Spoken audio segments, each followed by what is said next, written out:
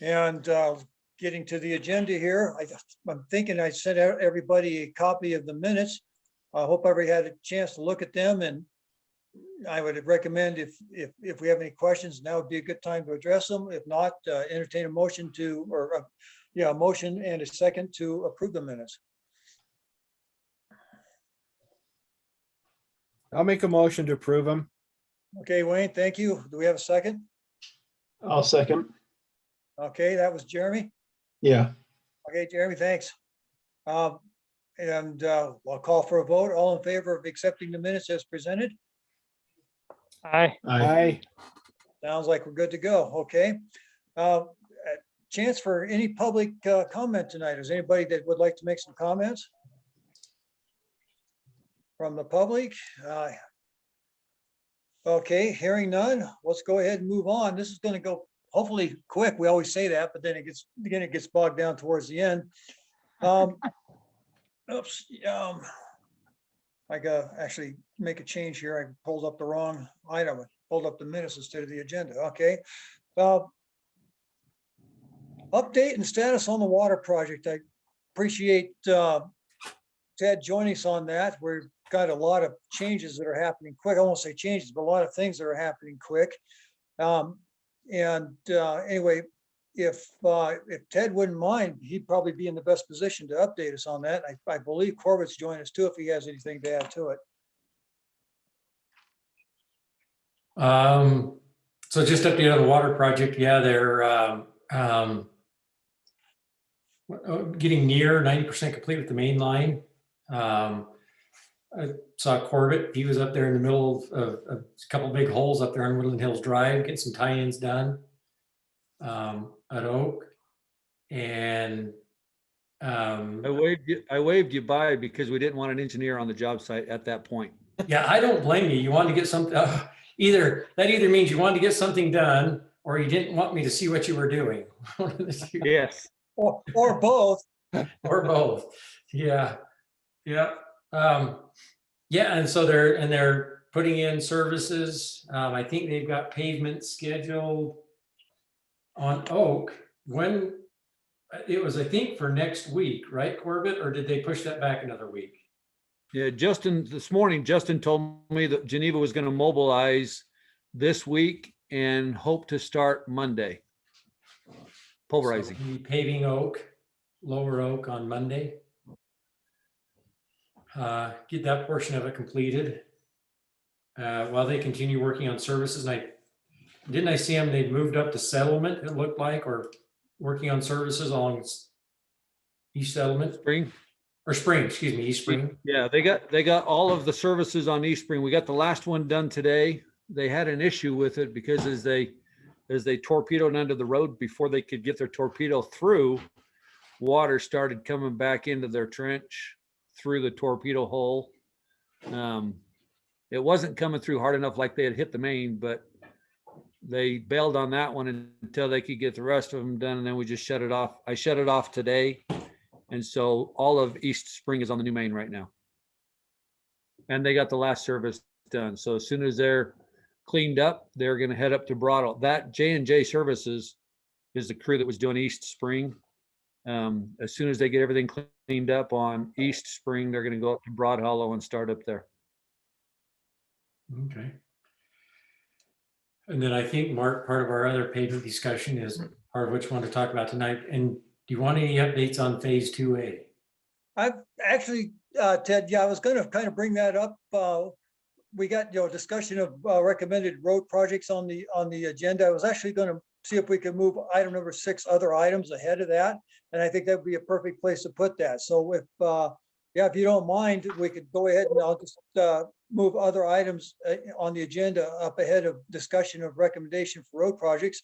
And yeah, let you go ahead and update us on that as well. That's probably going to be a pretty good discussion. Okay. So surprise, David Pratt, you're going to get something come before the council next week for hopefully approval of phase 2A. Love the surprises. Yeah, this is, it's part of the discussion we've been having. So when the well project was completed, there was a remaining $250-ish thousand in the well funds that the Division of Drinking Water called and basically said you can use these funds if you want to use them for some other water-related project. So in talking with Chris and Corbett and other people in the city, it was decided maybe we do a little more water line with that money because Chris had already accounted for the full repayment of the full loan in his financing. So we thought as long as it's been accounted for in the water fund, let's go ahead and use it. We hurried and developed a project in 2 bid schedules. Basically, bid schedule A is to do Lower Maple between Woodland Hills Drive and going about 800, 900 feet up Lower Maple. There's some 6-inch that is old 6-inch that needs to be replaced. At that point, there's a long stretch or a stretch of 8-inch that's already in Maple. So we're going to replace that existing 6-inch between Woodland Hills Drive and the existing 8-inch. Was bid schedule A. Ted, just so what that'll do is it'll have from wherever the 6-inch starts up on Maple, I'm not quite sure how far that runs up. That'll give us that'll give us a full 8-inch line all the way from wherever the 8-inch starts on Maple down to Woodland Hills Drive, correct? Correct. Yep, give us 8-inch all the way. So we're replacing that 6-inch. We think that's going to come in a little less. Of course, we had to spend a little bit of $250,000 to do some engineering to get a bid package ready. But so that will, based on the estimates from LEI, that'll probably be less than what we have available. So we put out a bid schedule B with the package for Sky Lake. Same thing to replace some 6-inch on Sky Lake. Settlement. No, settlement. You're right, Corbett, settlement. I'm sorry. So to replace some existing 6-inch on settlement and connect to an existing 8-inch there, that's bid schedule B. We think probably the 2 of those are going to come in over what we have remaining. So we've got in the bid package that we can award either or both of the bid schedules. And Chris, in talking with Chris, he says he has a little bit of money in the water fund. And if the council chooses and we can fit both those projects with the well money, remaining well money, and what we have in the water fund that we feel comfortable with using for this, possibly do both projects. If not, we can do at least one of them. So we're calling that phase 2A because it's only 800 to 1,500 feet roughly of pipe, depending on how much we can do. So that is actually out to bid right now. We got it posted in time. We had to go through the public procurement process. And since the city now uses SideQuest, we hurried and got it loaded onto SideQuest. Bids will be due Friday. We will look at the low bidder. The reason we're pushing it quickly is because if while VanCon is mobilized on the site, they will bid on the project and possibly save some costs since they're already here and doing this work for us. So they will bid on it, but we had to open it up to the public, so we'll get other bidders. And then we'll review the bids and the goal is to have it ready for city council recommendation on Tuesday. No, Hey, Ted, Ted, Yes. so question that I have for you, and when we put together this bid, what did we have as far as road replacement in the bid? I mean, I'm just trying to avoid the situation we have run into with this latest bid where where the roads are getting ripped up and we're having to replace road that I don't think we planned on replacing. Good, great question, David. And we'll say lessons learned from phase 1. So in this one, we're planning, we've asked in the bid for a full road replacement. Can't say rebuild because we're not going to tear up all the road base and everything. But basically what we're doing on phase 1, where we're going to, it's called pulverize. You'll hear people call it milling, 2 different things between pulverize and mill. But really what it is pulverizing the existing asphalt, recompacting it to compaction requirements, and then putting 3 new inches of asphalt over it. So great question, David. We have planned on or asked for in the bid for this one, a full width road replacement. Perfect. The thing I was hoping for also is that we just set that as our standard.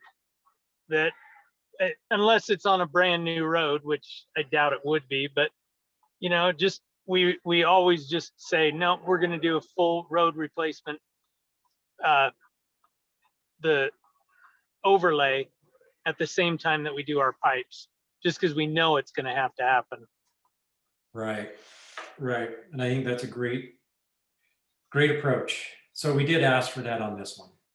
Does the money Great, that thank you. is going into that project, is it allowed to be used for a full road replacement and not just a trench replacement, so to speak? Yeah, the division understands that we had them up here touring the city during this waterline phase 1, brought the division drinking water representative up, and when we asked for that additional funding on that project, and she looked at it and said, yeah, you guys really need, you know, you're damaging these roads enough. We need to replace them as part of the project. So they're okay with it. So we can do it if it's just causing enough damage.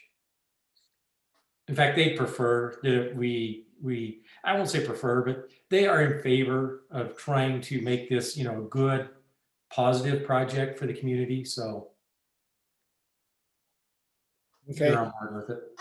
good. So we're calling that phase 2A.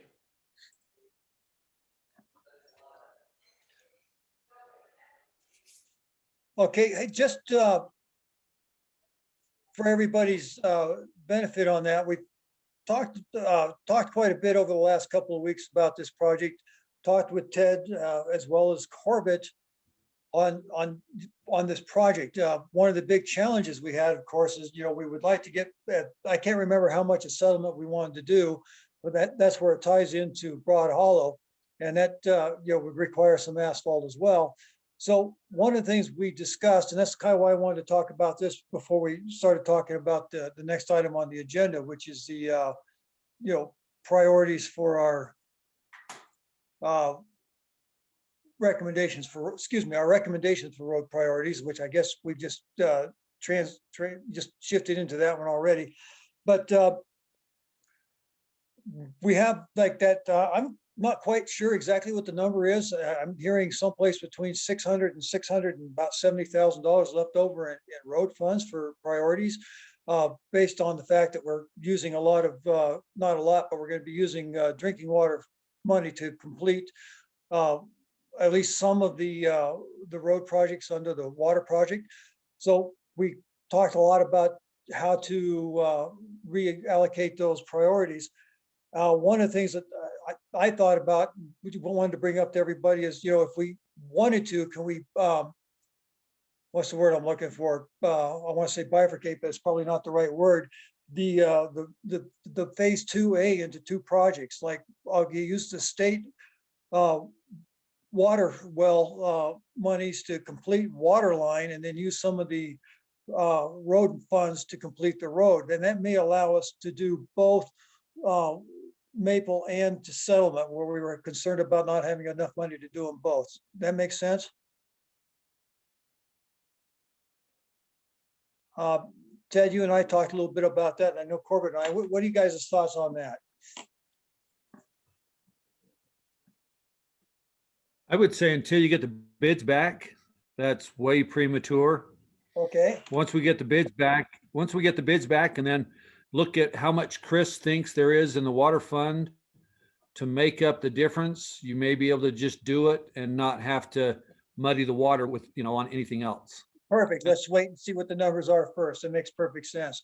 Okay, I was just looking at that as an option to see what we can do about getting both done and both projects done. I just wanted to kind of bring that before the committee. But if there's enough money to do that, when you talk about Chris, just a quick question. Chris says there's some extra money. Is that just money in savings? It's not being spent on anything else, or it's not maintenance budget or anything like that? Is that a correct statement? Well, No, the money, go ahead. sorry, go ahead. No, go ahead. You probably got better. So this is money left from the road bond that we took out last year that we have not yet spent. So, and just so that it doesn't shock anyone, this is the time of year when we find out how good we were at our budget estimates. And a lot of times we find out that we, you know, like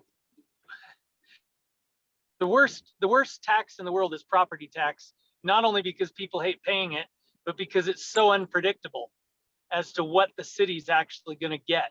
And we don't know until about this time of year what the city's going to get. But the money that Chris is talking about, the $400,000 that is still remaining, is pure bond money. Right, the 400, I think he said the 400K we're talking about is leftover money from the well project that was closed. It closed on that bond here, what, last year, if I remember correctly. No. The 200,000 is left over from the well. 200. Isn't that what you said? $400,000 we've got left from the road bond that we took out last year that we have not yet spent. Correct, yes. And what Corbett was saying was, before we talk about spending road bond money, he mentioned that Chris had mentioned there might be some money left in the water fund that we could use to complete that project, so we would not have to use road bond money to complete those projects. Yeah, and so we're talking about really three pools of money right here, right? Correct. So we've got the leftover money from the water bond, from the well project. We've got the road bond money. And then what Chris was talking about was there's a little extra money and I think it's just money he collects because we built a certain contingency in the money we collect in the water rates from our water sales in the water enterprise fund. There's a little extra money left in there that if we ended up being short $30,000, $40,000, $50,000, there's probably enough in there we could cover that in the water enterprise from the water enterprise fund. However, I think the bids are going to come in more than we're going to have left over in that water enterprise fund. So that's just my sense, because when I talked to Chris, he was like, yeah, if it's $30,000, $40,000, $50,000, maybe we can bring some money over from our water fund to help cover and complete both those projects. But I got a sense that was about what he had, but he didn't ever come up. It wasn't a real, he was traveling, I was traveling, so none of us have actual numbers or at our fingertips. But I think that was just a small pot that we may have available, aside from the road fund and the water bond money. So essentially what we want to do is we got the bids that are due in, I believe they're due Friday night. And you're going to open the bids Friday, you're going to wait till Monday. Well, so we posted on there, it'll be a bid opening as soon as we receive them. When we say bid opening through this site, it's not really a public bid opening. You just get in and look at them into the website, and then you see who the low bidder is. We can do that Friday. I'm out of town Friday, and I kind of had to take it. So the city signed up for this public procurement website through the state, but no one had used it yet. So I had to hurry and do a crash course on it last week to learn how to work it so we can get everything posted. So this may be a little bit of a learning curve, figuring out how to read them and award as well. Maybe I'll have to change it to Monday morning because I'm out of town on Friday. Unless someone else from the city wants to do it, but you have to kind of learn the tutorial through it. And I had to go through a tutorial to learn how to work the site. Okay, and so kind of backing up to what Corbett said earlier. So we're looking at the leftover, the 250,000 left over from the well money that we're trying to do the water line with. If the bids come in at higher than 250,000 or whatever that difference might be, there may be enough left over in the water fund now to make up the difference, and yet there may not be enough, at which point then we would have to look at either shortening up the project or maybe using road fund money. So that's it. I think that's what I'm understanding, or what are the options at this point. Looks like I Or caught just you. award one or either of the bid schedules is another option. Sorry, Or, sorry, I'm eating dinner. Sorry, I'm trying to eat and talk. Or we don't award the entire, both roads. right, or we do less than the full project, okay? So that's kind of where we're at. I know that, you know, last meeting that the committee asked me to go ahead and send out a list of the projects that we had on the list that didn't get added to the list. And the only thing that was really on the list that we didn't address with the road fund monies was the, again, the West Loafer area that was on the list. And of course, some more complications have come up with that, with the culvert and everything like that. And now at the, you know, kind of going in here, we also met with Summit Creek. Ben was part of that discussion. Myself, Wayne Franson, and Corbett and Jody, I believe, was part of that discussion. I kind of sent out a summary of what we talked about to everybody. I hope everybody had a chance to read that. So I just kind of wanted to open up the discussion based on that, our discussion with Summit Creek, and Ben, your input is very valuable here if you have anything you want to add.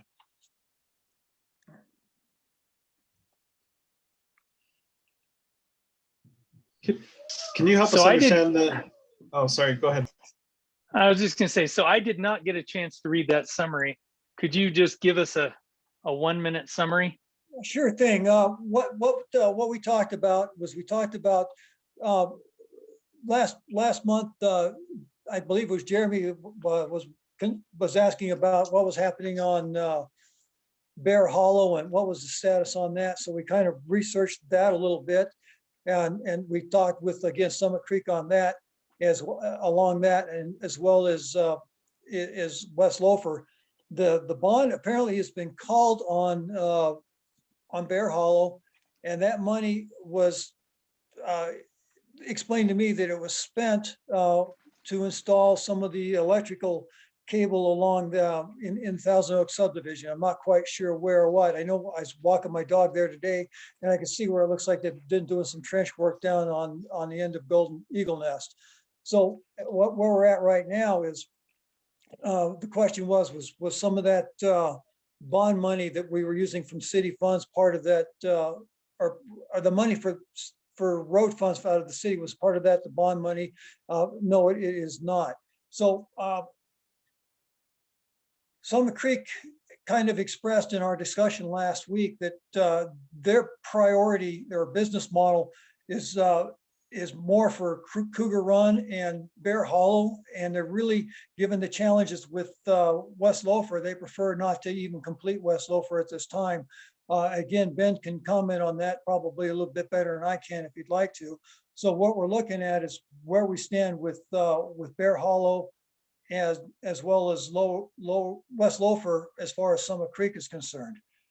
So I believe Summit Creek has also produced or presented a plat adjustment to where they wanted to make some changes on Bear Hollow and are willing to work with the city. And I think, Dave, you talked a little bit about that at the last meeting, are willing to work with the city to complete that project.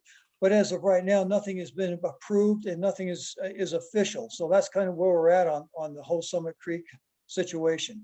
We also, as we talked about West Loafer a little bit, we all kind of felt that, you know, if at this point Summit Creek doesn't really want to move forward with their portion of it, based on the business model, that it is a little bit unsightly, and we all feel like it's important to do something to kind of clean it up, whether it be a nature area or an emergency drive-through or trail or something like that. But it needs to be addressed in some form, but not necessarily a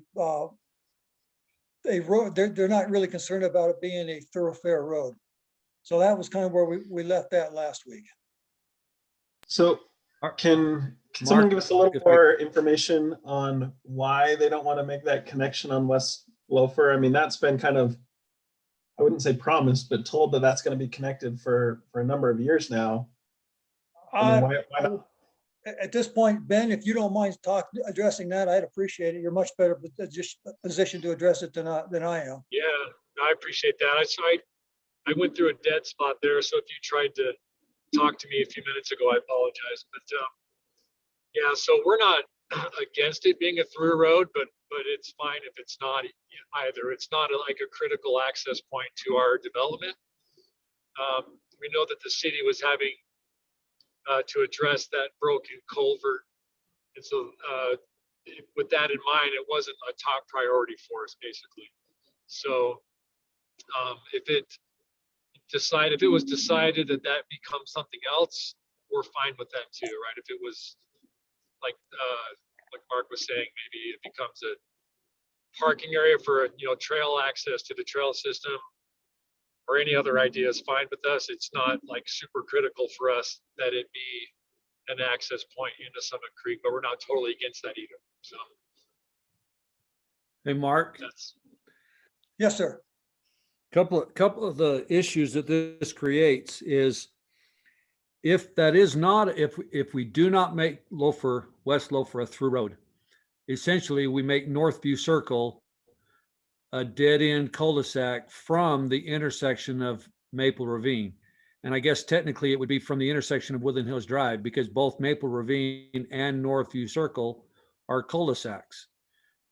If we don't make Loafer Drive a through road. So that, I mean, that's something that we need to, I don't know that we can, as a city, that we can disregard our own code when it comes to making a determination to not make that a through street. Another thing to keep in mind is that the property owner the property owner adjacent to Loafer Drive cannot move into that home until the contiguous improvements are complete. So whatever those improvements have to be, if we change our mind as far as the city is concerned to make that a nature walk or a parking lot or whatever you make it, those improvements along Loafer Drive have to be complete before those people can move into their home. They can build, but they cannot occupy unless all subdivision improvements are complete. That's on Summit Creek side, correct, Corbett? Yes. Okay. Yeah, I agree, Corbett. If you don't make that connection, you're making a cul-de-sac that's, I'm just measuring it here, but we're talking It's over illegal. 1,500 feet long or more. I mean, we're talking almost a quarter mile. That's for safety reasons. You can't have a cul-de-sac that long. It's against fire code, I believe. I will just speak my own mind, but I absolutely hate that idea of making that anything but a through road. Honestly, for fire reasons.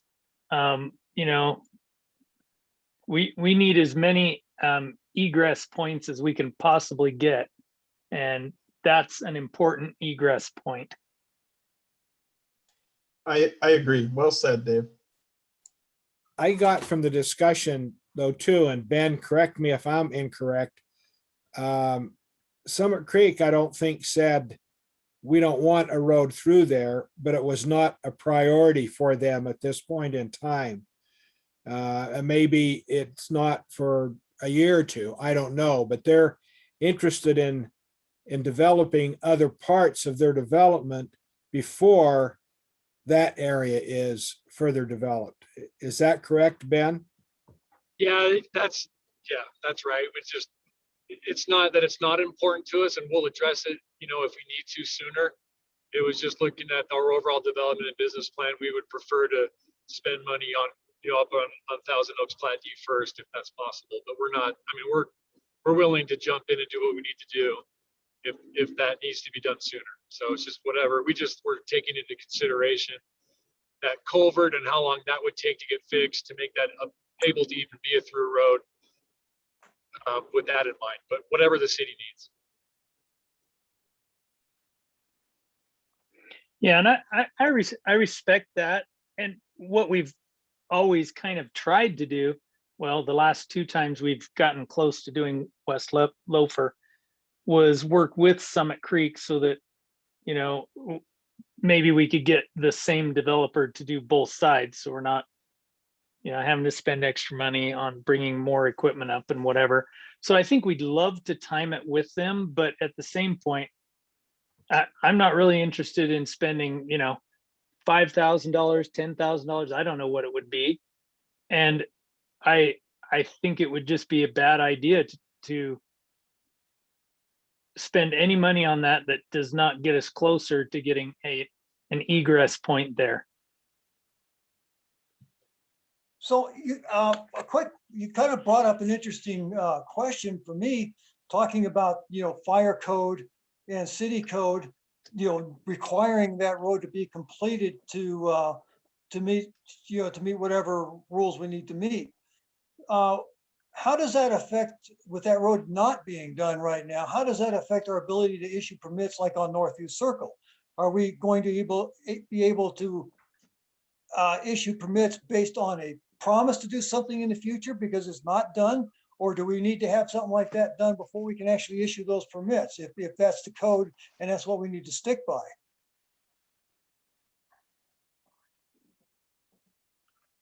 You talk about fire safeties, you can't say, well, I'm going to move into my house, but I'm going to go ahead and I'll hook the sprinklers up, next month. I mean, it's almost like saying that, you just, if you're going to have it legal the way it needs to be legal, how can, my question is how can we issue permits on Northview Circle without that road being completed? Corbett, you can correct me if I'm wrong, but I believe that with a plan in place, both a preliminary plan and a final plat, to show that that road goes through eventually, that there is not a problem with issuing permits once Northview Circle is all ready to go. But it's something that everybody needs to have an understanding, everybody meaning the city and the developer, that the plans call for, and we stick with them for that road to be completed at some future point. When a subdivision is established, the subdivider can develop in phases, and some of those phases can be a road possibly blocked off with a temporary turnaround, knowing that the next phase will complete that road and will go into a cul-de-sac or even another subdivision. So I don't think there's a problem with issuing permits at Northview Circle, providing there is an understanding that we have, and it shows on the plats that road is going through.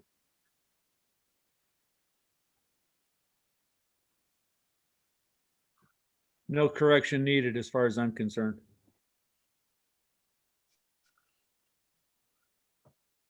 Another thing you might consider is we talk about the need for the road to go through for egress.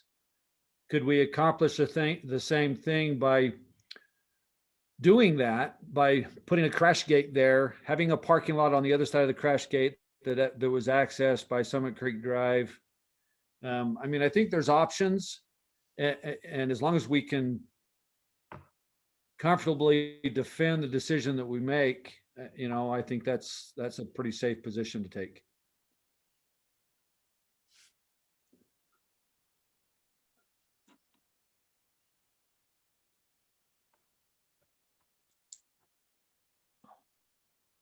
So kind of gets back to our recommendation for road priorities.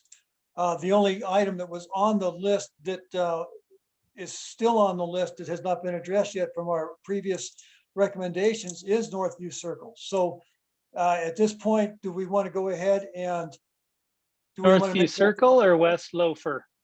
What did I say? I meant You West said Loafer. Northview Circle. Whatever I said, I meant West Loafer. My apologies. So, I mean, do we go ahead and make that as part of, the main priority? I know that we have also had discussions about with this water line, using some of that road priority money to complete the cul-de-sacs and stuff like that. I believe, again, Corbett sent out an email to everybody that talked about, a plan to use some of the road money, road bond priorities to complete, full width sections over the overall the water lines. So, I mean, there's not going to be enough to do both. And my concern is if we don't come up with some money, if we actually need to do West Loafer, looking at it from my position as a resident, if we don't have the money to do it now, when are we going to have the money to do it? Well, a while Well- back, West Loafer, I've got a document here. It's a little bit old, but there was an estimate of $93,000 to do that. Now, if we've got 600 or $650,000, there's enough money to go around to several projects, not just West Loafer. However, the recent discussion is we were concerned about a failure of that culvert and having to rebuild that culvert, and that's going to cost probably a little bit more money than you had in the budget. That would be my concern. In order to complete that road to city standard, the new city standard, the question is, is that culvert going to fail when we start putting traffic over the top of it and stuff like that? And I think there was some discussion about having to redo that culvert before we could put a road over it. So Mark, I've always viewed it as you create the priorities independent of the money involved. Now, that's not 100%, but for instance, if we said, okay, the priority is to make whole the roads that have been impacted by the water budget or by the water pipeline, and then the second priority is to finish West Loafer, well, then we put those projects out to bid. We see how expensive it's going to be. And then we just say, okay, well, we either have the money or we don't for West Loafer. And that makes it pretty simple in my mind. I don't believe we need to have angst over that. I think we just put together the priorities and say, this is what should go first, this is what should go second, and then we see how far the money goes. Okay, and I'm with you on that, but at the same time, just a couple of minutes ago, we just, kind of made a commitment that the city has to finish that. And, that becomes a long-term question. How do we do that in the future? And I've just got. Well, if you're talking to the residents there, they've been living with that unfinished road for many years. Correct. So The new guy's only been there for 3 months or for 30 days. yeah, the one new guy. But Right. Glenn Anderson's been there a lot longer. So I'd love to be able to finish every road within the city. I mean, that if the federal government just keeps printing money and lets us do that, then we can do that, but we can't. So we just do the best we can as quickly as we can. Yeah, I'm going to get back to something here that was kind of, the question gets back to, we had an old city attorney that when I was out in Eagle Mountain, his favorite statement was, it's all about the liability. Okay. Sticks with me to this day. We just, within the last 20 minutes, we discussed the need to have Loafer completed for evac and everything else like that. It's part of our code. It could be part of the reason for approving the lots. And if, we don't get it done and there is, another catastrophe, another fire, or whatever it is, and somebody can't egress because that road's not completed, what's that do to our liability? I'm just asking this question. I mean, this is like obviously an attorney thing. So it's a fair question, but really the only option we as a committee have is to say, okay, West Loafer is going to be priority 1 instead of priority 2. That's the only option we've got. Exactly. So if liability is the argument, then okay, that's a fair argument. So we change priorities. But we can't really, like, if we feel strongly that priority 1 being, cleaning up the roads that got hurt by the water project is priority 1. And if we're sticking with that, then we have no choice but to make West Loafer priority 2. Okay. I mean, we can argue about it for a few more hours, Well, but that well, the really is question- it's that black and white. Those seem to be right now the 2 priorities. I guess, how do we want to prioritize them? Do we want to do it that way as completing the roads over the water lines as number 1, and then West Loafer again as number 2?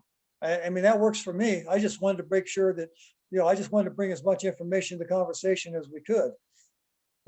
Is there an issue with the roads over the water line? I didn't think that was part of this conversation, that those roads are going to be addressed with the funds that are out there that are not part of this 600 or $650,000. Am I wrong?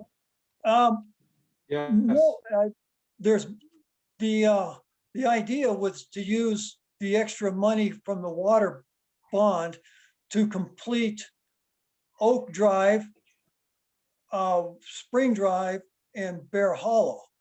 That leaves, Broad Hollow. pardon? Broad Hollow. Broad Hollow, excuse me, Broad Hollow. That leaves Spring Drive with just trenching, and all the cul-de-sacs that Corbett has talked about that were, kind of chewed up pretty bad, that are not covered in that extra money. And so the discussion was using some of the road bond money to complete the project that the water bond money cannot. And Yeah, so Wayne, what we're really talking about are just the cul-de-sacs and fixing those, which were not planned in the addition of the water bond money. So some of this money that's existing now would be moved over to doing those cul-de-sacs. Am I correct then? That's what's being proposed. Okay.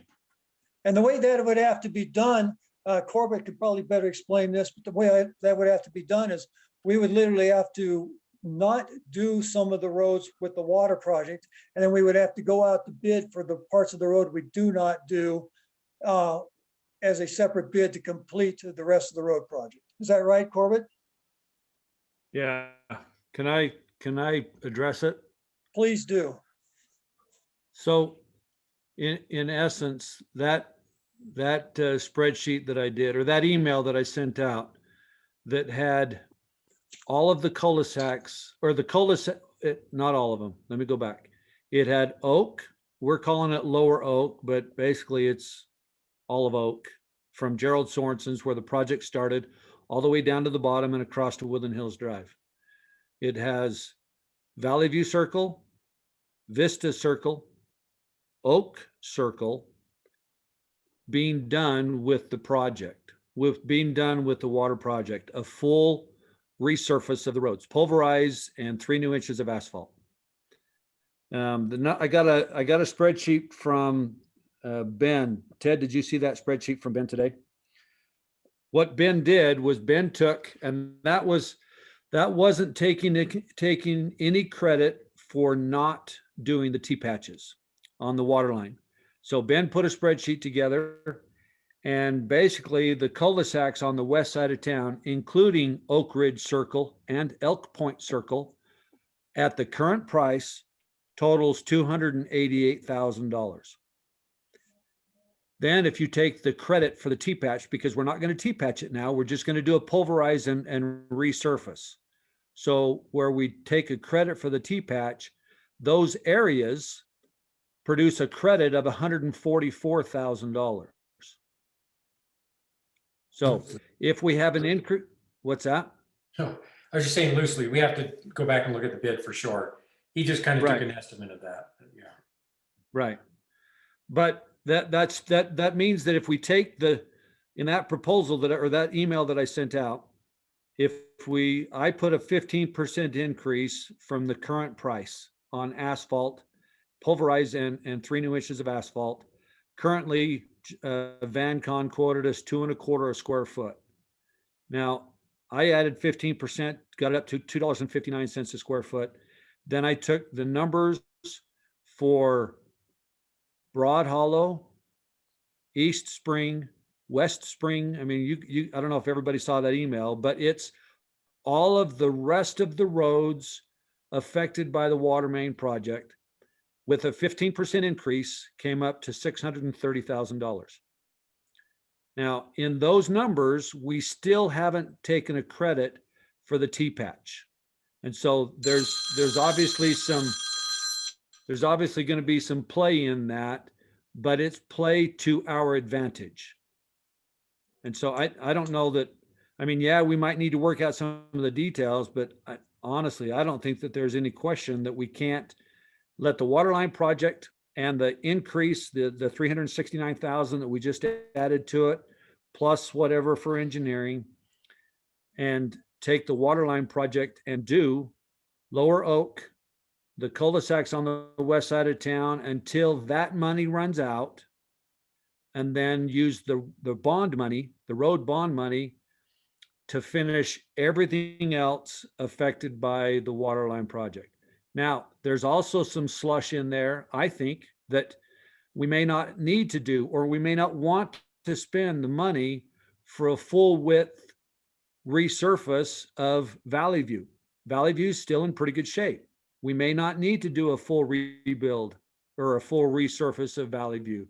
And so I think there's still a lot of slush that we can move it back and forth and still get everything done, as long as that bond money is around $630,000. That 630 includes a full pulverize and resurface of Valley View from Woodland Hills Drive all the way over to Oak. It includes West Spring and West Lakeview. Every road that's affected by the waterline project is in that estimate.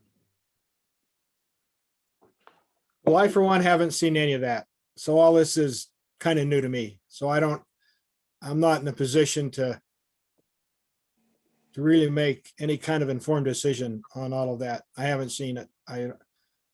So, Corbett, just to kind of go over what you just said, what it looks like we want to go ahead and do is taking the extra water fund money that was going to be used to complete Broad Hollow and Spring is use that money to do the cul-de-sacs, and possibly would be East Spring or North, whatever, the lower part of Spring. I guess it'd be East Spring. Get as much as that is done with the water project funds, and then stop right there. Don't do any more, and then go out and do a separate bid to complete Broad Hollow and East Spring using road fund money. If in We fact, have to. if we have to. We do have to, because the water project is federal money and it has to stay with the water project. Correct. And so if we take, but one of the things I was trying to do in that was, once Geneva gets here, if we can keep them here, we don't have to pay for mobilization. Now, I realize that mobilization is probably only, a few $1,000s, but a few $1,000s goes a long ways when they're already there and you don't have to pay to get them to come back.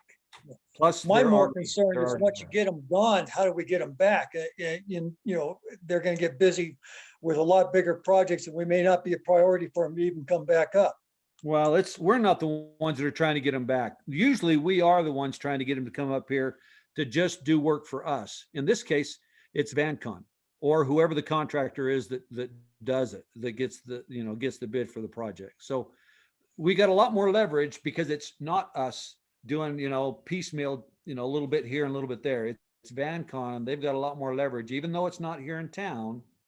VanCon's got a lot more leverage than we do. So, That makes sense. But just to be clear, we would end up having to go out and rebid Broad Hollow and East Spring. correct. So. Yes, you're gonna have to rebid everything that we don't do with the water project Right. because it's not part of the water project. So, Mark, can I just, maybe for my own purposes, give three pictures that I see, three options, I guess, what I'm seeing, just to make sure I'm clear in my mind? Because as we talk about this probably in tomorrow morning's meeting, I mean, VanCon's like, they're starting to pave. So this is something we got to figure out fairly quickly. But so option one is we use the water funds, including the additional money we got as part of that water fund, to do a portion of the roads that are affected by the water line. And then stop there and use road funds for whatever. Option two, we use the water funds to do a portion of the roads, the road bond money to do a portion of the roads that were promised to some citizens, stop there. And then we have a smaller pot of money left to do whatever the next priorities are.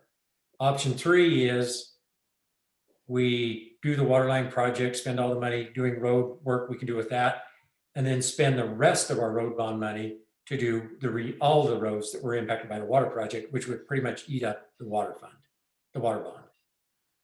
That's kind of what I'm seeing is three options. Can I mention, we haven't talked about it really, but the other part of the city where Cougar Run is and Deer Meadow. The city has an obligation to complete the road on Deer Meadow, as I understand it. I think Cougar Run is done as far as the road goes. Bear Hollow. Bear Hollow. So that's sitting over there, and that's where Summit Creek would like to do some further development, but they're going to be limited because the road's not completed. And I'm still not understanding all the particulars of the bond and the default and what money that city took, but there's likely not enough to complete that with the bond money that was put up. But that's another issue that is facing the city relative to roads. So I just mentioned that because I think it's something that we need to be aware of, that at some future time, the city's going to have to pay for that road over there in the. Since Bear Hollow is the street just directly below us and affects people building below us, I'm all for spending all of our road bond money on the water project. Well, I understand. I say that, just kidding. But That's there's- after I there's also filed my the- environmental injunction on Bear Hollow. Yeah, I was gonna say, there's also an environmental issue on Bear Hollow where that haul truck was parked for so long that's leaked oil into the ground. EPA is coming out next Tuesday to do an inspection. So Well, we one may way or the have an other, environmental. The city's going to have to deal with it eventually, one way or another. I'm trying to delay Bear Hollow as long as I can. That's what I'm trying to stop, so we can keep open space around us as long as I can. Tongue in cheek. Yeah, tongue in cheek. We were just gonna park a Yeah.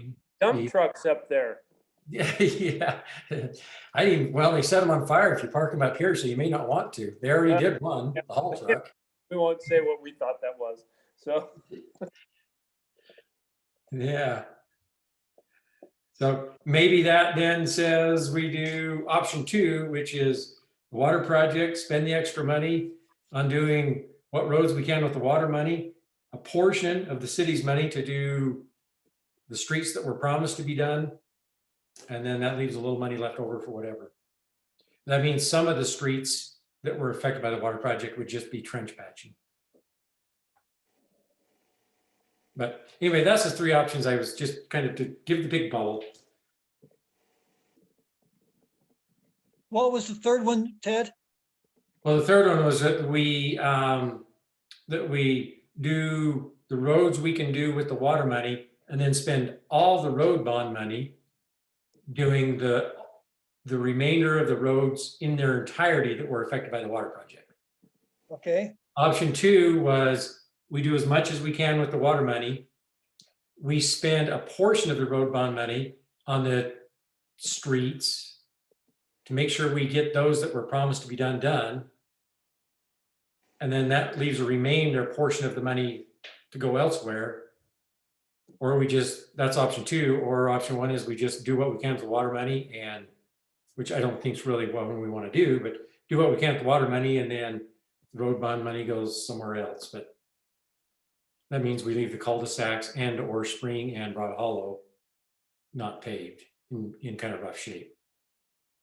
David, what is a budget or expectation next year of having road money to do the kind of projects we're talking about here? Is there, can you shed some light on that for us?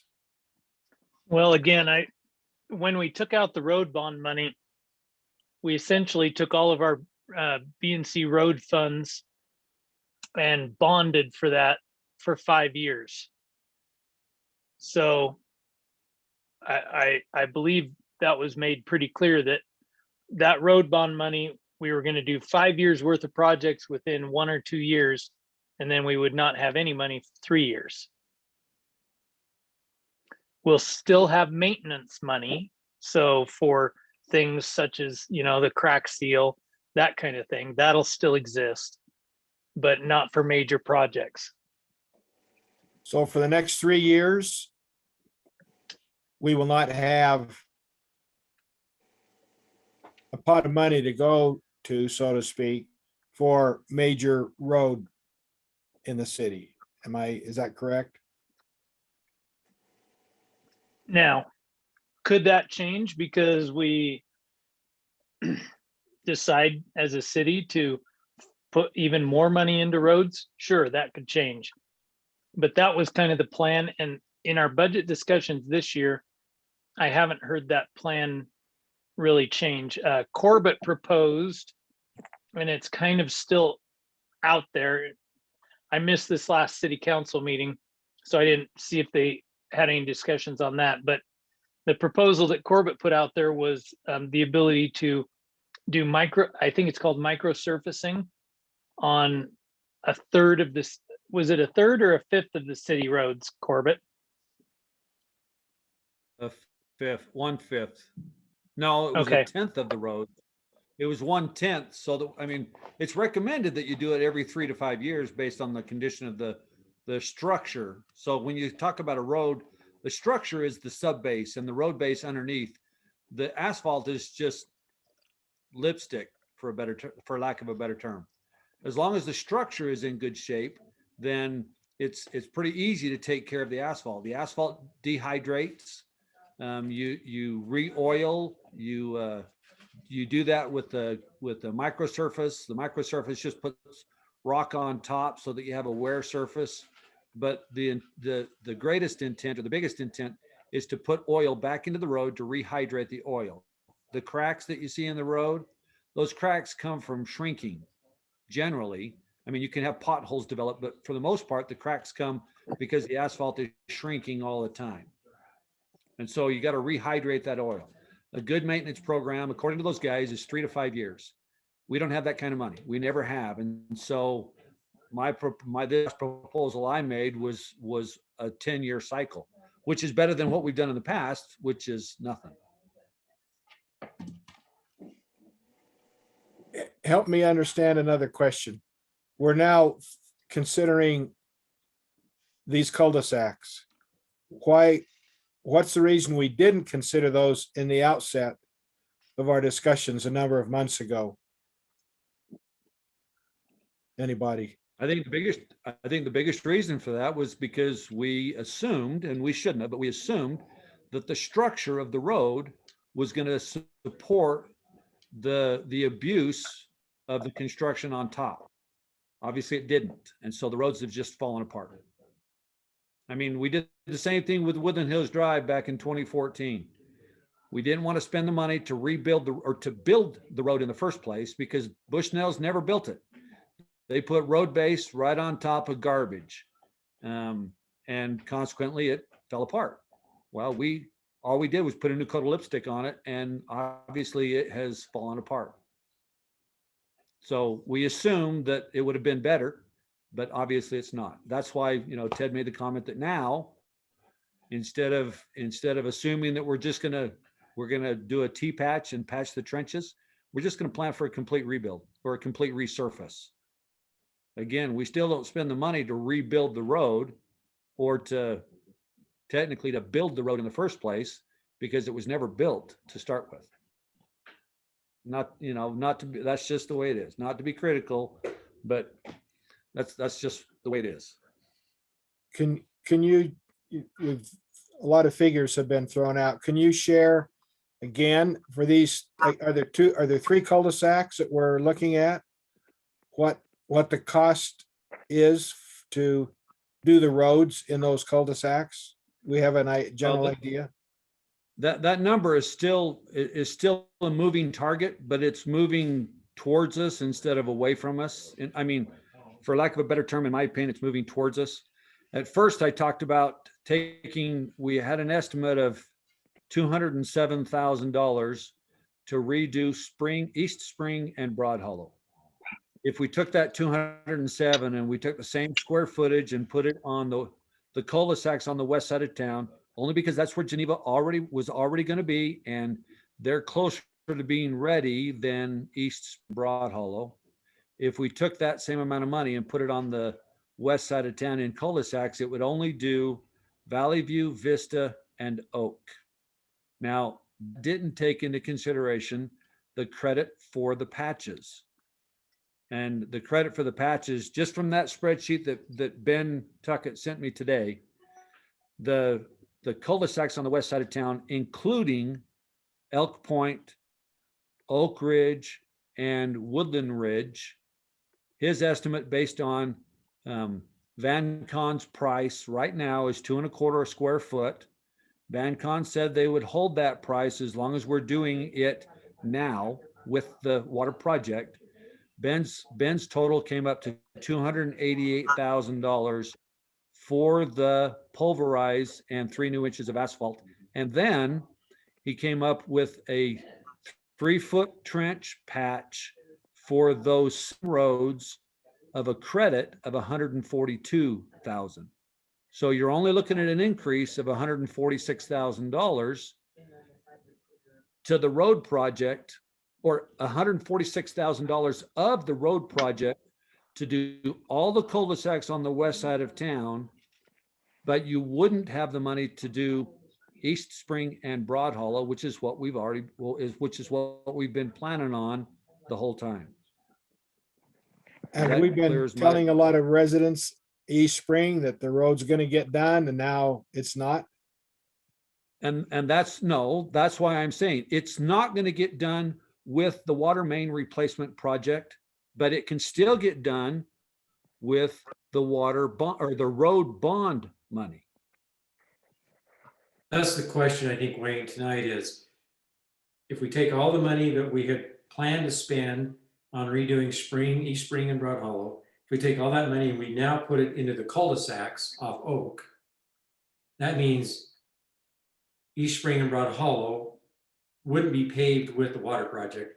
So it would have to be road bond money to cover those 2 streets, because those are the ones that we have been telling people we're going to redo as part of the water project. So, and that would be, well, I think those 2 Corvette were actually, 207 was after it got credited. So they were something more than that. I want to say it was it 500? To do those 2 streets. So it would basically mean the road bond money, we'd have to use X dollars, and I don't remember that exact number, of road bond money to do those 2 streets. But then we get all of the cul-de-sacs up Oak that we impacted done, and then use some road bond money to do East Spring and Broad Hollow. So just running some quick numbers, and I'm sure that I missed some stuff because there's, like you said, there's a lot of numbers we're looking at. So if we come up by doing the cul-de-sacs, we remove Broad Hollow and East Spring from the project list. And then we do the cul-de-sacs, we end up having to spend an extra 146,000 more out of the road bond money to complete the project. And then that would Wait a minute. have us Wait a minute. spending- Mark, We would have Yeah. 186,000 left of the water funds after doing those. Right, so we would still have 450K left out of the, No, that 146 is not we wouldn't have that from the road bond money. It would, after we did the cul-de-sacs, we still have that much remaining in the water money to apply somewhere beyond the cul-de-sacs. okay, so we would have a net gain of 146, not a loss of 146. Okay, so, okay, If so the then we credit's correct. That's one thing we got to check, if the credit's correct.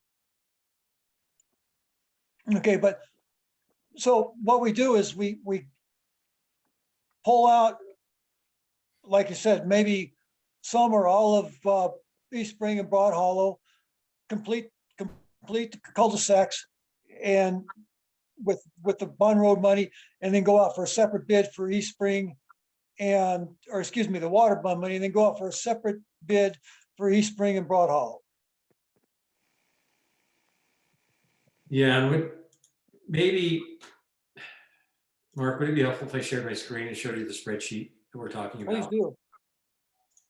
Let me pull this up real quick. This might help explain it a little bit more. All right, let me see if I can share. I think this is what I'm trying to share. So can you all see that spreadsheet? Yes. So this is the one LEI sent earlier today that Corbett's talking about. These are all the cul-de-sacs off of Oak that were impacted by the water project. And what LEI or Ben had put together is he said it's going to be $288,000 at VanCon's current price of $225 a square foot to redo all those cul-de-sacs. They're listed there. But in the water project, we had planned on doing trench patching on all these cul-de-sacs. So if we take that out, because we're now redoing the whole road, if we take that out of their bid and put the 288,000, that leaves us a net of whatever the difference is there that it would take to do all of these. So basically it costs 288, but we get a credit of 142 because that's what's in their bid right now to do trench patching on those roads. And where would that go to? The 142? Would that go to East Spring and Broad Hollow? Yeah, wherever we could decide, we could put it on apply to East Spring, and it wouldn't do all of East Spring or all of Broad Hollow, but we could apply it there and then use road bond money to finish it. And do you think That would that make they're it two sufficient to different do projects, that? correct? What's that? That would make it two different projects. Yes. So another thought, I think we talked about this last week, would it maybe be better to go ahead and do, say, all of East Spring and maybe not one of the cul-de-sacs, so we could get all of East Spring done under the water project, and then go back and do whatever cul-de-sac or cul-de-sacs along with, say, Broad Hollow using road bond money. That way we can even it out a little bit better, so we're not having extra money to do like a half a project or something like that using water bond money. Hey, hang on a second. Part of the problem with this is timing. East Spring is still 2 weeks away from being done. Broad Hollow, probably the same, if not more. They've finished all the services on East Spring, but we still have to do the mainline tie-in at the Woodland Hills Drive intersection. So they're 2 weeks. I talked to Jason today. He's the superintendent on the job, or he's the job foreman, whatever. He figures he's probably 2 weeks away from being able to do that, because at the point he's at right now, he's going to finish he's going to do the tie-in on West Spring tomorrow so that they can get that line charged, pressurized, tested, whatever, so that they can start hooking services up. But as soon as he does that, he's headed to the west side of town to finish everything that needs to be finished, trying to stay ahead of Geneva. And so East Spring is 2 or 3 weeks out, just like Broad Hollow is 2 or 3 weeks out. Everything on the west side of town will be ready as soon as he gets over there, trying to stay ahead of Geneva. Just quickly, can you guys see the new spreadsheet I just pulled up? I'm not sure if it shows. With the VanCon logo? Not seeing it yet. Let me share that one. I'm going to share that one. So at VanCon's price, this item number 1, that is the cost to do East Spring and Broad Hollow. Now this was the credit they were taking out because of the T-patching they won't have to do. But that would be the cost, at their cost, to do East Spring and Broad Hollow. But if you add 15% of that, you're going to be close to the 600 to do those 2 streets, or pushing 600.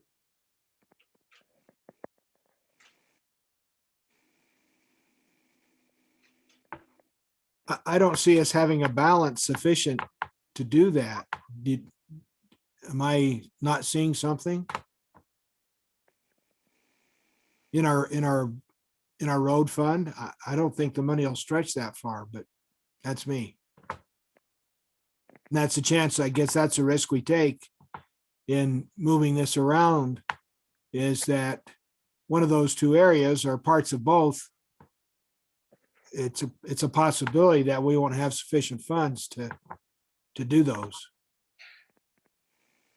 Now, if we were able to do some or portions of those street with that 146, that would be your cost. That's, Ted, that's got to be more than East Spring and Broad Hollow, because if you take that Oh, 226, sorry. You're that's right. all the asphalt work, isn't it? Yeah, that is Lower Oak too. Sorry, Corbett, you were right. That's Oak, East Spring and Broad Hollow, because Yeah. that's at 22 foot width. That's 10,289 linear feet of road. Yeah, you're right, Corbett. That was Lower Oak in there as well. So, So, essentially, Half of that. Ted, that number below, that $363,000, that's the net difference to complete the complete overlay.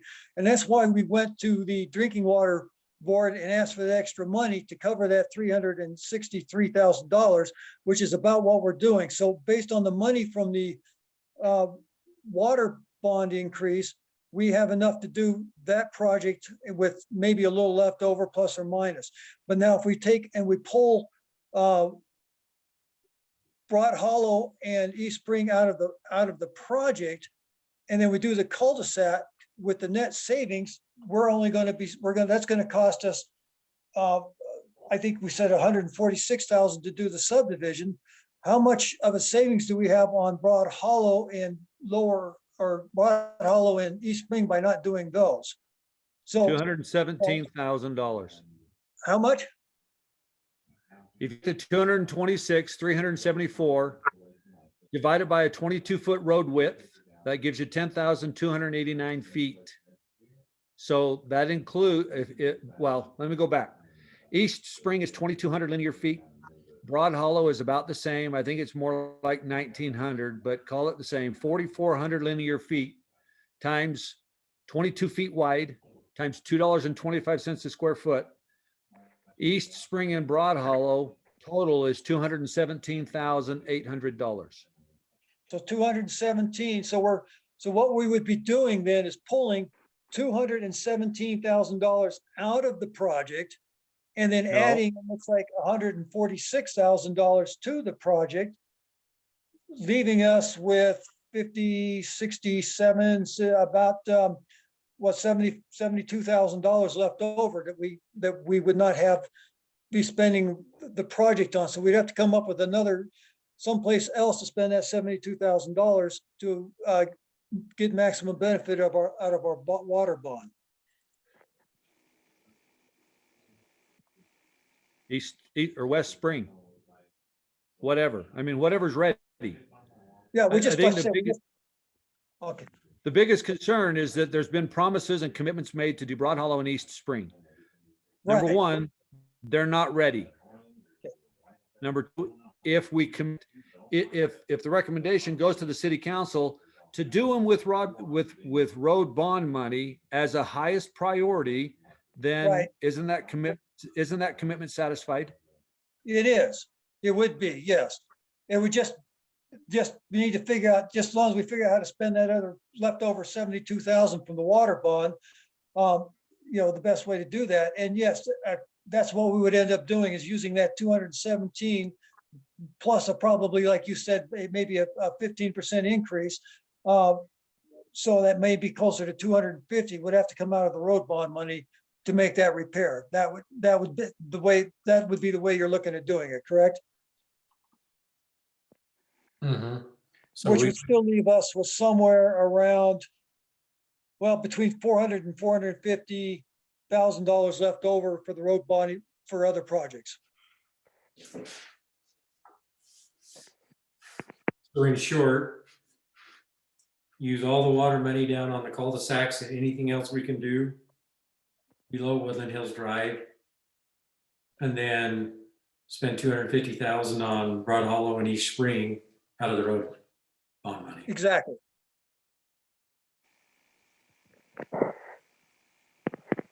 Yeah. And we'd have to see how much East Spring would cost, because like I said, that's 72,000 you know, how close can we come without going over to spending that and get the project done?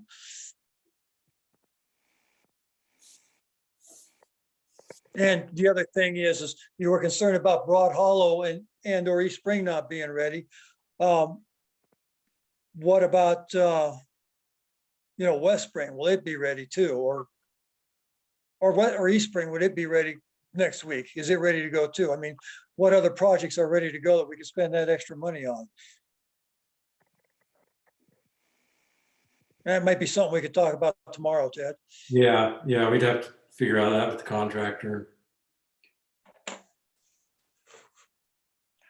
So what I'm seeing us wanting to do as a committee, and please, and we had a lot of discussion, I've got for the extras road bond money of 600,000. I'm thinking it's a little more than that, but I'm just going to use 600,000 until we get an actual number.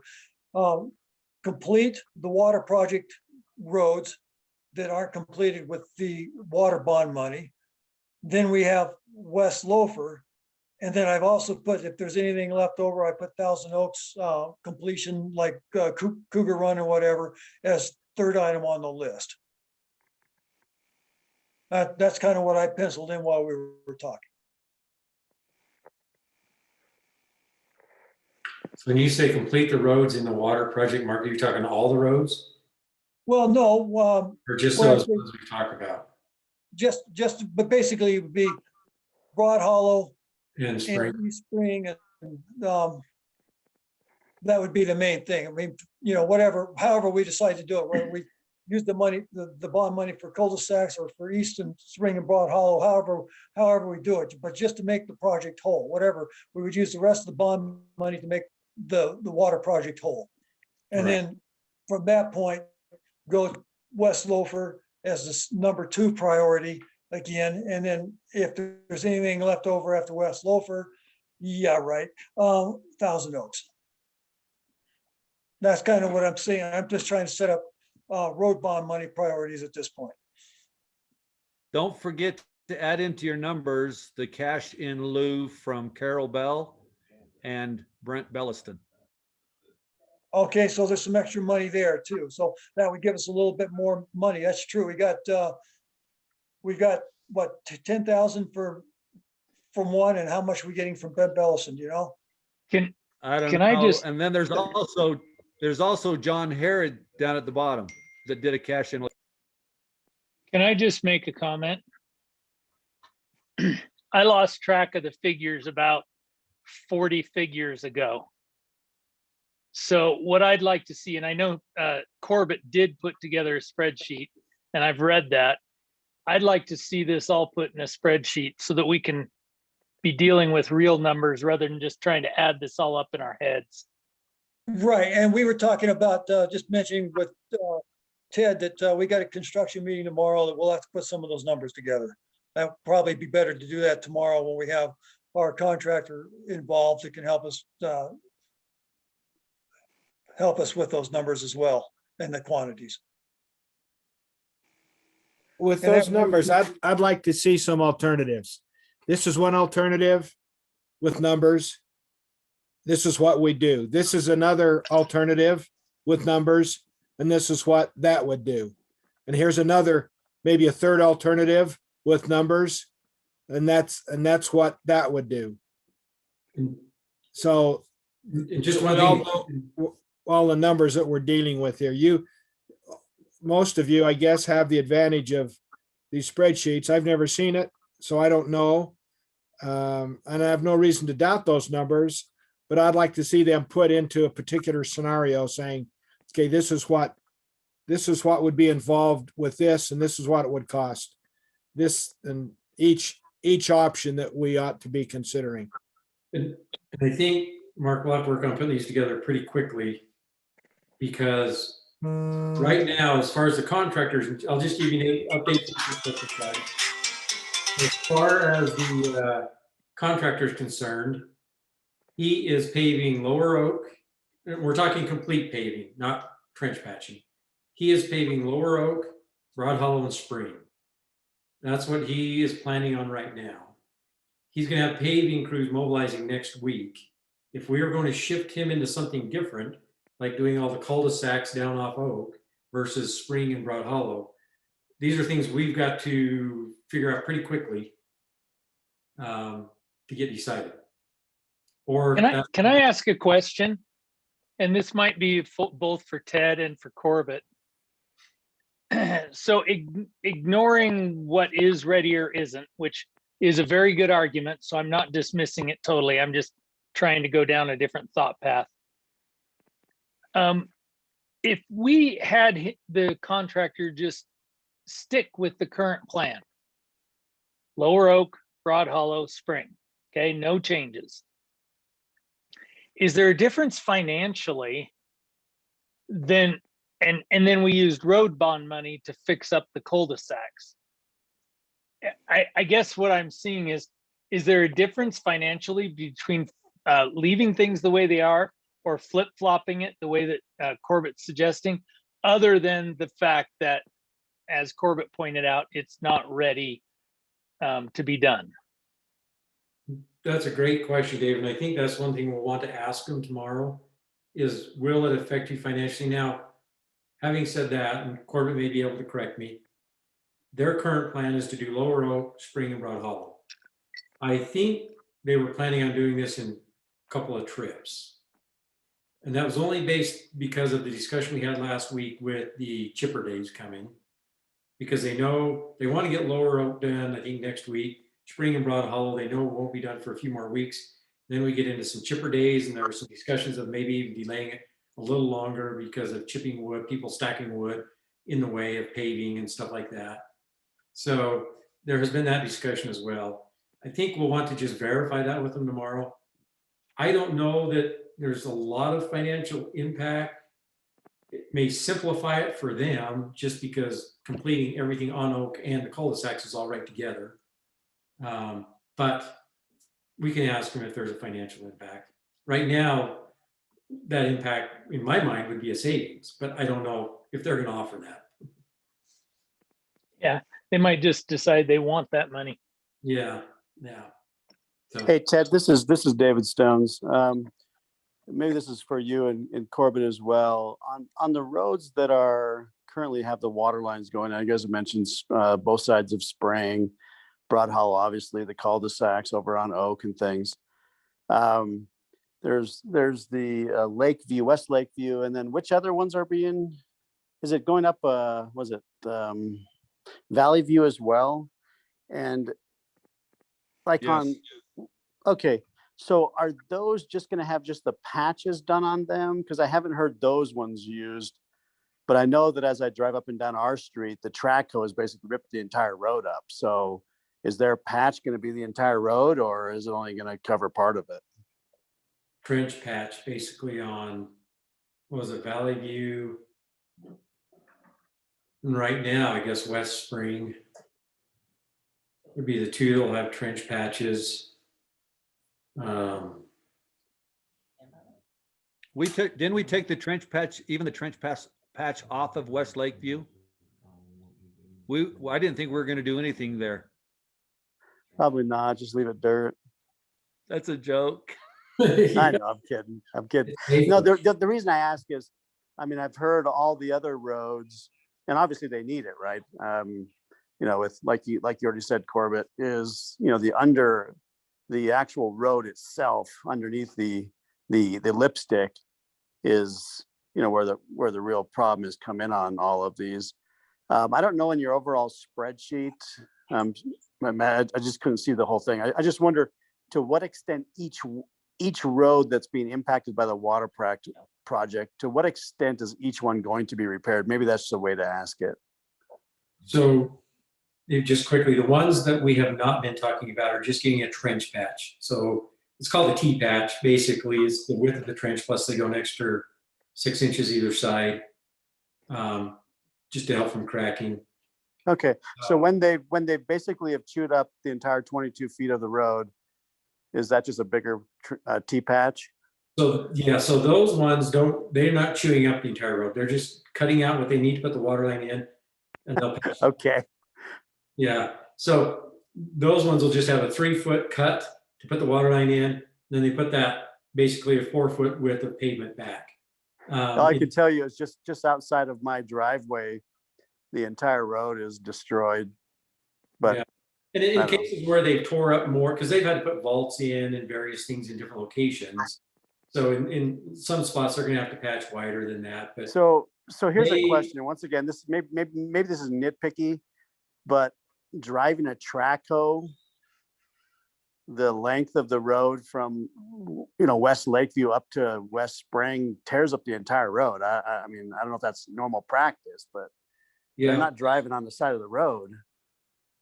yeah, they basically have to, because once you get off into the road and get it wide enough, depending on the areas, it's in and out, and it does damage roads, especially up here. And if funding were permitting, and this is, I think, was the option 3 that I was mentioning, where we spend all of our road money redoing all of the roads, then I think we could do every road that's been impacted by the water project. But that would require us to spend all the road bond money and redo all the roads. So it's just where we want to allocate our money. Once again, to redo those all as part of the water project, we don't have enough funding to do that. Okay, yeah, no worries. It was just a question, and so maybe if your spreadsheet can kind of reflect that, that'd be helpful as well. Just like I said, maybe just to what extent each road is going to be addressed. I mean, there's only so much money, right? But Yeah. Hey, people are willing to pay for it, we can spend it. I'm really good at spending money. Dave's got an I- open checkbook. We're good. Yeah. I'd like to hey, throw you know what? something I else. actually wrote out a check the other day. And I tried to use cursive too. I'd like to So throw there you something else out there.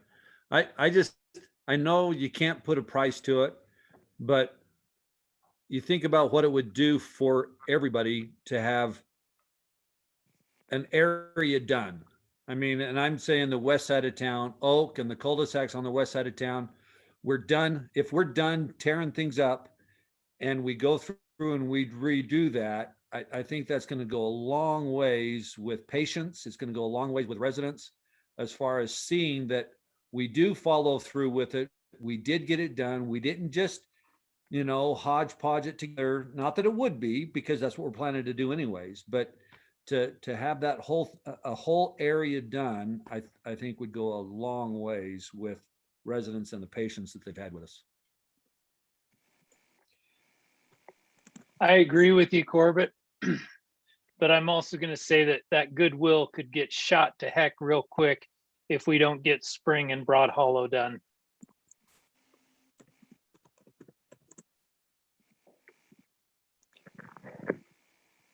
Hey, David, I don't think there's any plan not to do Broad Hollow or East Spring. I don't think there's any intent of leaving it out. I think the question is how does it get paid for? Does it get paid for with water bond money, or does it get paid for with road bond money? I think that's really the question, is how are the funds to do it going to be allocated, from which source? Other than So that, I actually think there's 2 questions. I agree that that's one, but the second question is just a real blunt one, is we've had a hard time getting construction companies to come up here. So right now we have a construction company that's under contract, and they're under contract to finish something. Whereas if we do something different, then yes, we do get that done. But now we've got to go out and we've got to try and find a construction company to finish this other contract or finish this other work. And it's been iffy whether we can actually get a construction company to come up here. VanCon has expressed a great deal of desire to do the rest of the work that we have. Now, obviously, they have to bid against whoever else is going to bid against it. But VanCon has expressed a desire to do all of it for us. And so I'm super hopeful in that way. I don't want to be too optimistic, but I'm hopeful that it will still be VanCon. They're already here. They know what they're dealing with. And so I think we bid it out like we're planning to do it. and we accept or we don't. And we don't have to accept the bids when they come back, but if we've got the money to do it and VanCon is the same contractor, it's a moot point. Corbett, is there a time, is there a time limit for them to do the work in this proposal that's going to be going out? I'm just curious about that. Well, that's up to us, but I know. right now. But we're writing it. VanCon is looking for what? I mean, we're writing the contract, so we stipulate when the work is supposed to be done. What kind of time period are we going to be looking at to have the added work done? Has that been discussed? And I guess it depends Well, on the stuff that what we kind of work do, we're talking about. we have to follow our procurement policy because it's our money. And so phase A and B, or phase 2A is not our money, it's state money, but the state diverts or reverts to us and our procurement policy. So we can bid it out in a week. We can require the bids to be back in a week. And if VanCon is the only one that bids it, then VanCon's the only one that bids it. Our procurement policy is what governs how we spend the road bond money. I understand. So are you saying, I don't want to beat a dead horse here, but are we going to give them tight deadlines so that if VanCon does happen to be the bid on it, is this something that they can pick up immediately and do? Or are they going to have to come back here in a month or 2 months to do the project? And I think part of that, Wayne, is just depending on when we get it out, when we get the extra work notified to them. If they're here working, I think they would just stay here working. If they leave, because we don't have them signed up for part 2, if you will, under contract, I think it'd be a few months before we got them back. Just knowing the construction industry right now and knowing that VanCon just won a $30 million project they're going to be working on, I think once they leave, it will be more difficult to get them back timely. But that's why keep in and there mind, is a- they're planning, right now, they're still planning on being here for another month or 3 to 4 weeks because it'll take that long to get Broad Hollow ready. And if we're 2 months getting everything else ready for them and out to bid and they get it, we could be another 2 months waiting for them to come back. So I think there's some advantage in going through this decision process sooner rather than later, because it keeps them here, keeps them working, saves mob costs. They've admitted, if we've got crews here, we don't have to remove all our equipment. Sure. So there's some advantage to doing this. I know the president of VanCon and his father-in-law lives here in town, so we've got something hanging over his head. Which street is it on? Yeah, well, fortunately, none of them are affected by this, but It could be, could be, yeah. So if I could, let me get back to David's original point, Dave, because I brought it up earlier in the conversation tonight. Yeah, is there any guarantee that if we don't commit to having this road done now, that we may not get anybody up here? Because that was the same question I had a little earlier, a little concerned, because is it not big enough to draw anybody's attention? That is a valid point. It sounds to me like we probably in good shape to get it done if we incorporate it into with what we're doing. But at the same time, again, it's something we may need to talk to them about tomorrow to clear up and make sure that we get the bid out in time to do that.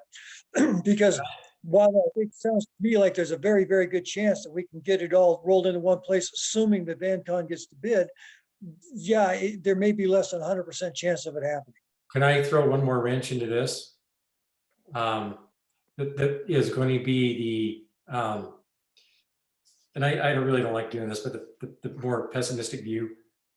If we put out just a road project, I hesitate to think VanCon will bid it because they are not a road contractor. They are a utility contractor.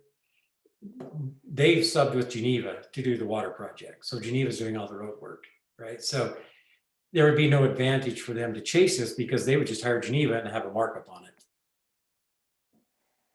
If it's just a road project. So kind of go back to your point, Wayne, maybe there's not an advantage to, if we're just putting out a road project, to try and get it out timely to have Vancom bid it, because likely they wouldn't. It would be more of your Eccles and Genevas and Staker and those guys who would get something like that. And so at that point, we would just set the timing as we want to set it. Okay, So, I mean, we can certainly keep beating this dead horse. But I think, I think what I hear and what I think everybody agrees with is we ought to do all of these roads and we ought to do them the most efficient way possible. So, I mean, if I were to give a recommendation, what I would basically recommend is that we do the make whole the streets that have experienced damage from the water project when we do Spring and Broad Hollow. And again, we do that the most financially efficient way possible. If that involves using the road funds to do Spring and Broad Hollow, and if we can get a single contract in place, then do it.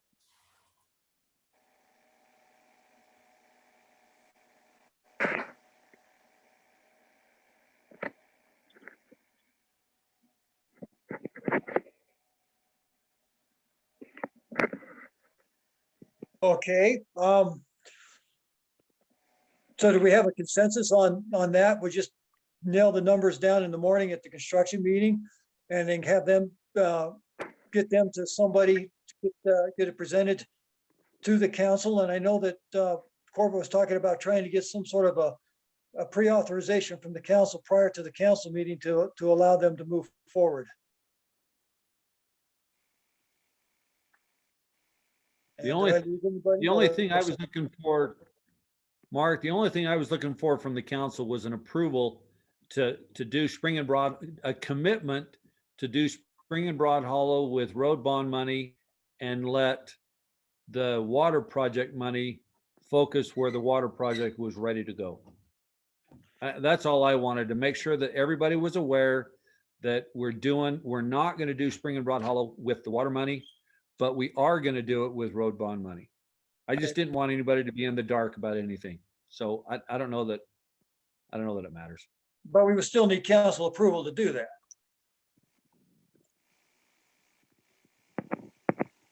yeah, and I think if you're putting some figures out for everybody, then let's look at that as the alternative, or one of the alternatives. Because if you think our discussion went long tonight, you wait till the city council starts questioning and dealing and questioning and answers with And this.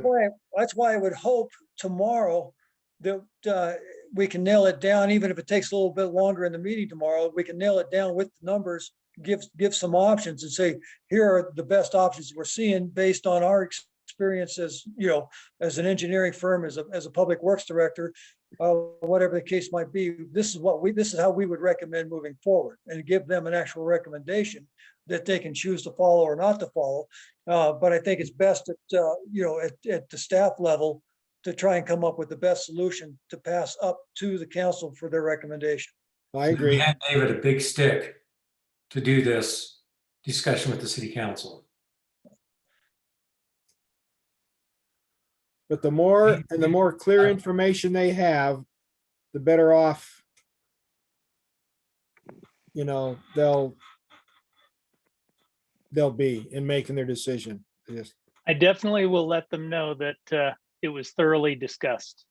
With a big stick, right, David? Well, I mean, in reality, this is one of those decisions that's kind of a 6 1 1/2 dozen of another. It's money and it's linear foot of road. So how do you want to do it? But my biggest thing is I just want to make sure it all gets done and that we don't have delays in getting any of it done. I'm gonna have to So- excuse myself for just a second. So anyway, if we can make that recommendation and hopefully move forward, I do very much appreciate Corbett's advocacy for this different approach. And again, to me, it's just linear feet of road and getting it done. Yep.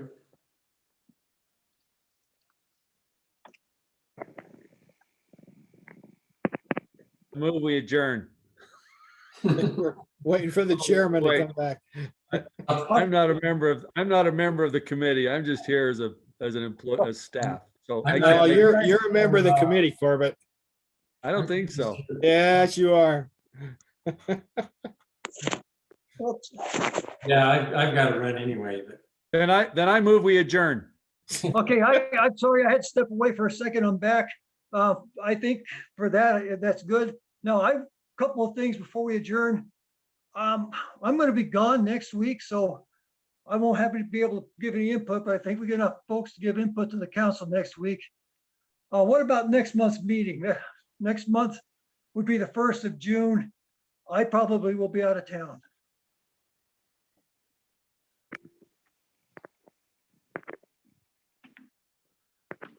Anybody there? Yeah, I suggest we wait till you get back in town, Mark. Yeah, good. Oh, darn, come on, guys, come on.